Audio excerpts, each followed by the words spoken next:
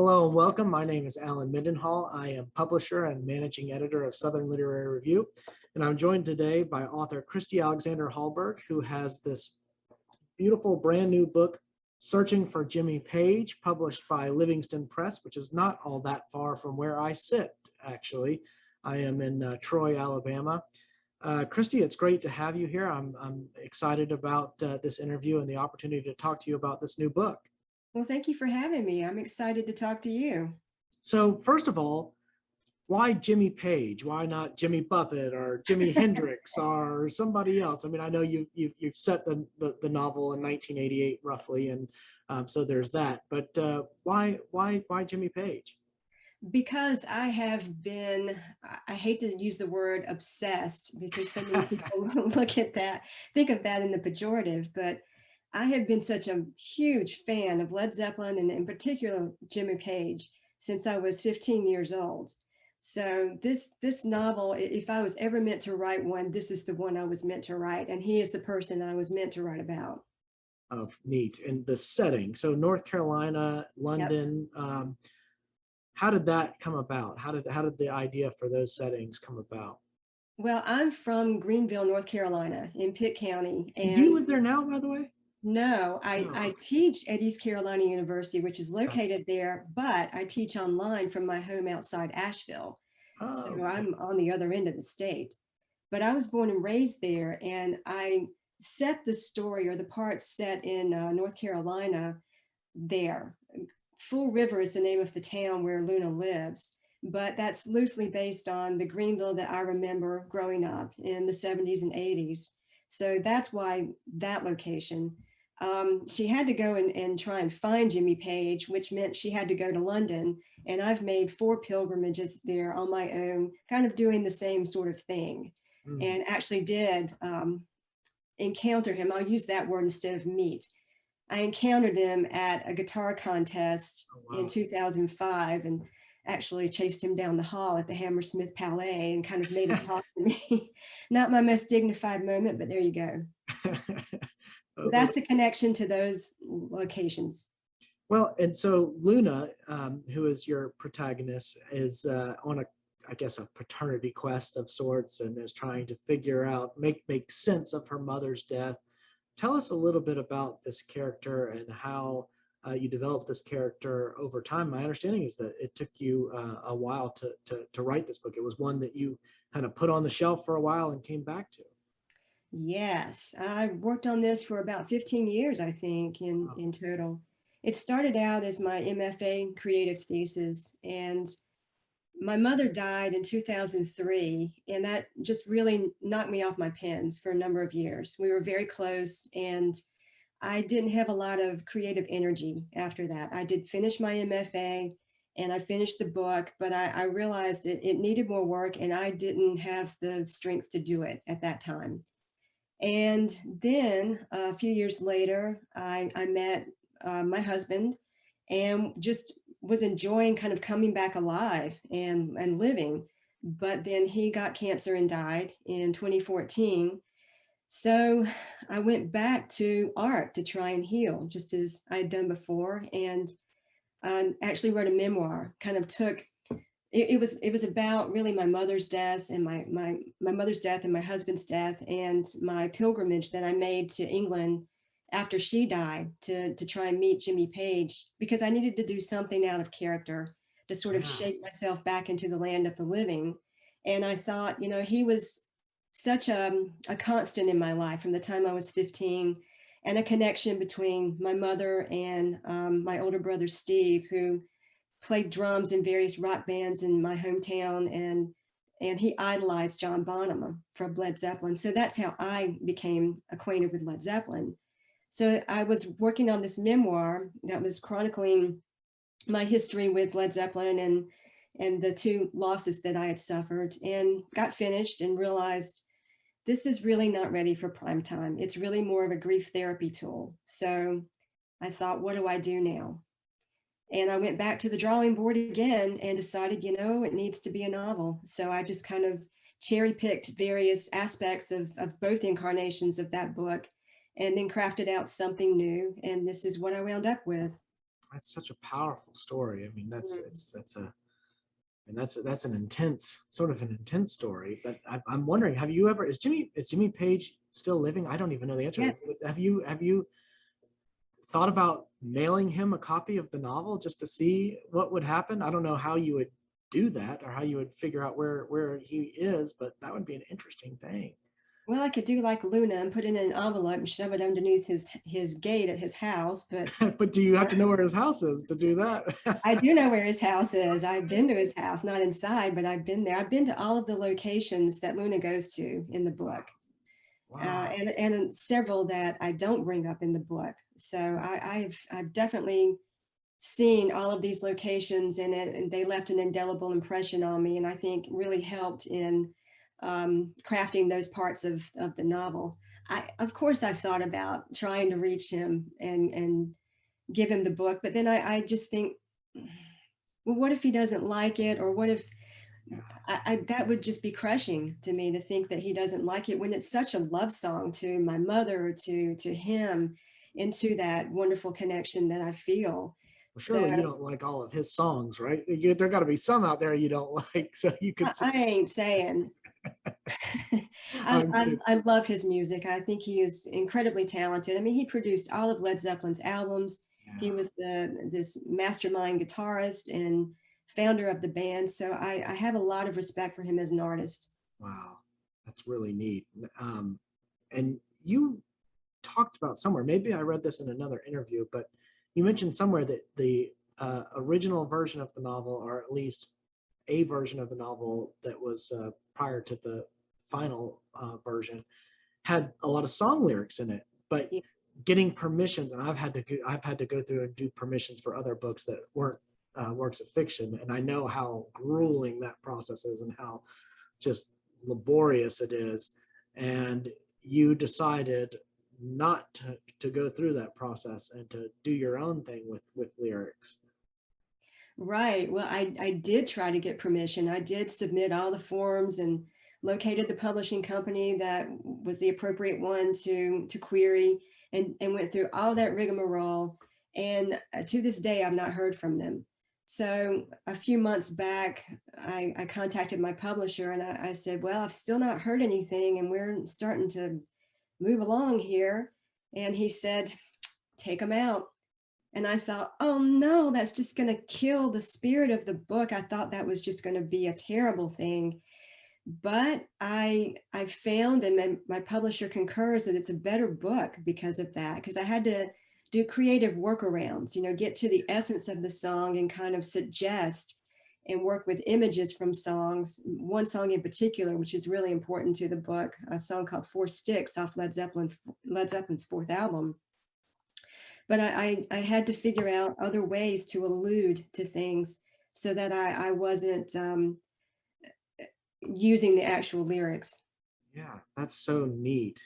um, I want to ask you about Luna's name, because Luna is Latin for moon. Is that just a coincidence, or is there some symbolism there or significance behind that choice of a name? Well, her mother was very much a flower child Yeah. and really into astrology and mythology and all of that. And Luna is the Roman goddess of the moon. So I use that in the book. There's a line when Luna when her mother committed suicide when she was 9, but Luna used to like to ask her to tell her the story of her name. And Claudia would tell her about walking into the clearing of the farmyard where she lived one night, and the moon coming out from behind the clouds, and it came to her, and that's what she would name her daughter. And she Yeah. says, Luna, Roman goddess of the moon, bright and beautiful and strong. And so that sort of sets in motion this connection with the moon imagery in the book and the character. Well, it's so fascinating because the sun sustains life on our Mm. planet, but the moon is magnetic and it controls the tides, and Yes. its cycle around Earth roughly corresponds with a menstrual cycle. And so there's all kinds of symbolic possibility behind the name. It's just really fascinates me. I want to ask a little bit more about you and sort of your background. You mentioned earlier that you teach. What classes do you teach? Do you teach creative writing? I know you have an MFA. I have taught creative writing. I haven't taught it for a couple of years now. I teach business writing. I teach first year writing. I teach various literature classes. And when creative writing classes come available that ECU is offering online, I'll teach those too. And so you're a rock and roll fan, I presume. Oh, yeah. Are Yeah. there other genres you like to listen to? Oh, yeah. My taste is eclectic at this point. Yeah. I like everything from, say, the African artist Fela Kuti to Billie Holiday Oh, to yeah. Miles Davis to, well, the classic rock artists. I love all those artists. Joni Mitchell. Oh, yeah. Joni Mitchell's Um, fantastic. gosh, um, I love opera too. I had the great fortune of seeing La Scala, going to La Scala in Milan and seeing Tosca.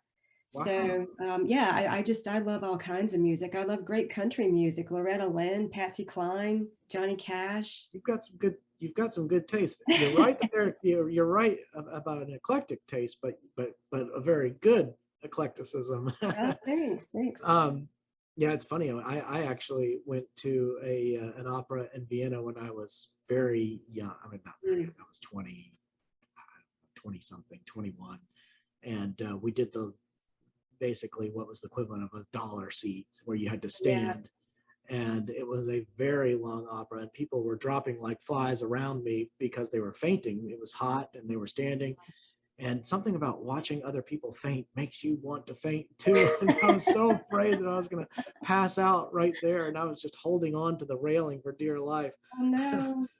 Do you listen to music while you write? No, I have to No. have silence when I write. I listen to it before and after, but I can't have any sound going on when I'm writing. Well, It's and too when do you distracting. do you have a routine? Do you prefer mornings, evenings? I'm a morning writer primarily. I Yeah, tend to give out a gas around 3 p.m. that's exactly how I am. I do all Mhm. my intense work in the morning where I need my brain, and then in the afternoon I can do all the mindless responding to emails and that kind of Right. thing. So, Yeah. yeah, I'm just like you in that regard. Do you have any projects that you're working on now? I've actually started working on a sequel to this novel, believe it or not. That's That was great. that was never the plan when I wrote this. I thought this story is over, but I've discovered there's more to tell.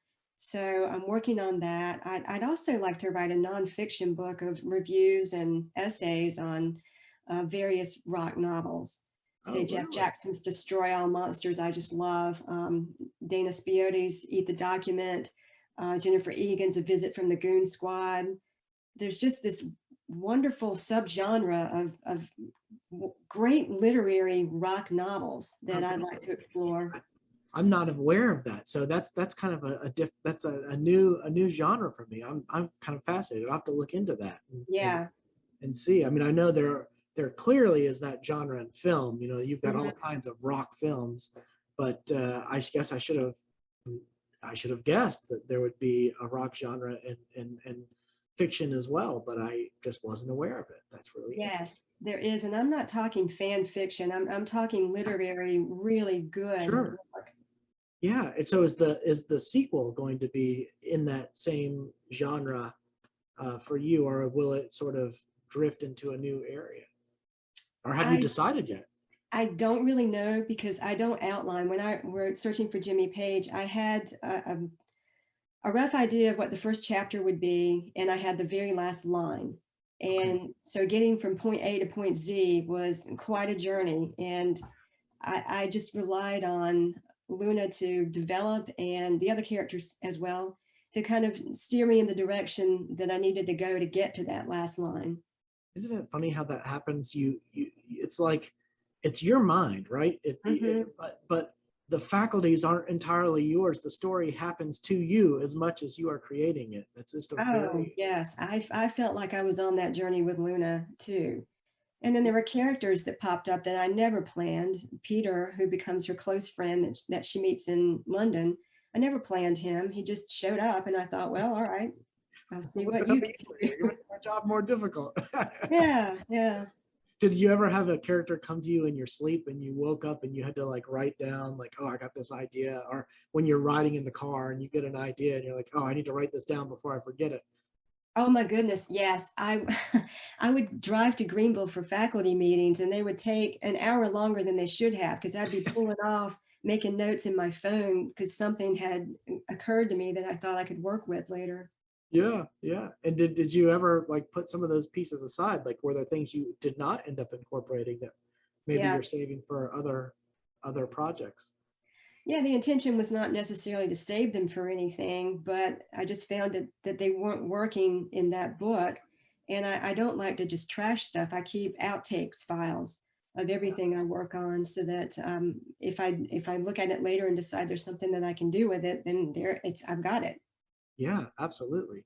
Well, I love this book. Again, Oh, everybody, thank you. Searching for Jimmy Page, and it is Livingston Press, which is a press that we at Southern Literary Review love a lot. We try to review as many books as we can from there. And Joe Taylor, you mentioned him earlier, the editor, is fantastic. We've Yes. actually had him on our program here before and for one of his novels. So we're big fans, and I'm so happy that this novel is out, and it comes out actually in October, correct? As we sit here today, just to orient our listeners, it is August 26, 2021. And if I'm correct, the book officially comes out October 2021. Is That's that right. right? October 20th, 2021. Yeah. So Fantastic. a little less than 2 months, but pre-orders are available now. Yes, yeah. Buy as many copies as possible so you can put them in trick or treat bags. Says it'll be a lot better, be a lot better for people than candy. To Yes, please. well, Christy, thank you very much for coming here and talking to us about Searching for Jimmy Page. It's a great book, and I encourage all of our viewers and listeners to get a copy.